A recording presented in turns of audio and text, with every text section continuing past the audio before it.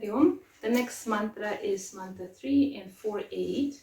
It's called psychic physiology, and there's quite a lot of points, so we will do it in several attempts. So I'll try to read first the Sanskrit mantra. Ekam Siddhasanam Proktam Dviteyam Kamalasanam Chatkaram Shodashadharam Trilakshyam Vyama Panchakam Swadehe Yona Yanati Tatsa Siddhi Katam Bhavat. Probably it's not as correct. I try my best. So translation will be like that. The first asana is Siddhasana, the adept pose, and it's actually the one I do sit right now in. The next is Kamalasana. So it's a Padmasana or the lotus posture. So it's the one which you do know. I was sitting in that one. Yeah?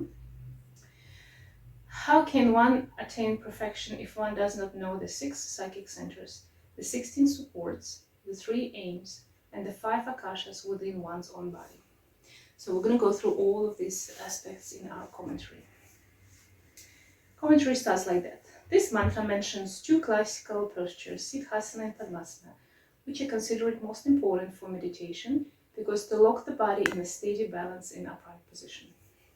So in this position, asana Siddhasana, I talk about this a lot in my previous talks again, the importance and what we're actually doing physically. So we look at this here again. With practice, these asanas can be maintained for a long period of the time without strain and discomfort. Sometimes when people start practice yoga, they cannot sustain the Padmasana, for example, more than, even a second. But some people naturally can sit in these asanas without any strain. But this asana is very good to sit on a block, actually. So if you sit on a block, you probably should not sit in your Padmasana. That's what I will do. I'll sit in Siddhasana. However, the more we start not just practicing asana, but the more you start releasing these energetic blockages in the body, the more your Padmasana become much easier to stay with. Meditation requires the spinal column to be straight, and few asanas fulfill this condition. Further, in advanced stages of meditation, the aspirant loses body awareness and conscious control over the muscle structure of the body. Thus, the meditative asana needs to automatically hold the body in a steady posture. Regarding these 2 meditation postures, Swami Satyananda Saraswati has said, without adopting a secure and steady asana, one cannot progress in meditation. The steadier you are in your asana, the more you will be able to concentrate with one-pointed mind. And let's look on this point. So what they're saying here, and I had, when I started doing like deeper practices at some stage, there was a moment when I was worried that I wasn't worried that I cannot sustain an asana. I was worried that with the experience that you have, you might kind of drop down or fall down. And with the magical, the moment you stay in Padmasana, for example, even Siddhasana, and you go in deep meditation, you go into these deeper states when you're losing, as they say, the control of the body, you kind of have this like energetic seal, so happens, and your body preserved in this position for a longer time, and you feel more comfortable. So, and what I found when practice, then when you assume this position, when you feel kind of disbalanced or lost, your body very fast align itself in a way so you feel one more present again. So sometimes for me, I just need to sit on the floor and take my Padmasana, for example, take my locked first index finger and align my spine. And the moment you do this, energy straight away flow correctly, and the legs locked. And if you feel this absolute dramatic release, especially if you have a very hard day communicating with people or going somewhere, doing something physical, standing a lot, walking a lot. So when the energy kind of by gravity just drain down or drain out for communication and exchanging it with community or whatever. And the moment you lock yourself, you kind of tie the knot energetic from apano, this wind moving our energy down through the legs, which is very good and important for our life, but when it's too much, you will feel disbalance. And then you're reversing the energy and you have absolutely straight spine. And I find it only sitting in Padmasana or Siddhasana, you can attain absolutely straight spine. And this position, you don't even want to slouch, if you have more more or less, healthy hips and stuff. You kind of naturally would want to extend, and then you don't have to like hold automatically the spine straight and the head aligned. If you find perfect balance when you chin aligned, slightly down, slightly back, so the neck is long, so you're not too much collapsing or too much forward, when perfectly aligned, shoulders soft, and the back absolutely straight, then your body will seal in this position, and no matter what's happening with you, you might even fall asleep maybe, you will not gonna fall down or collapse.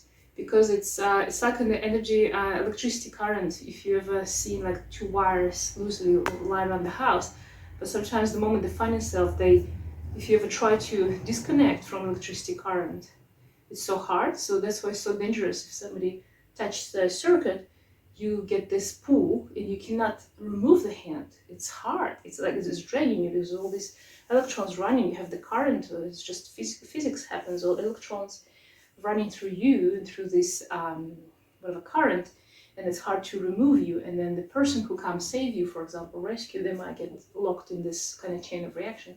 And it's very hard to remove yourself from electricity current. So people use like a wooden something to pull yourself away, so break the current.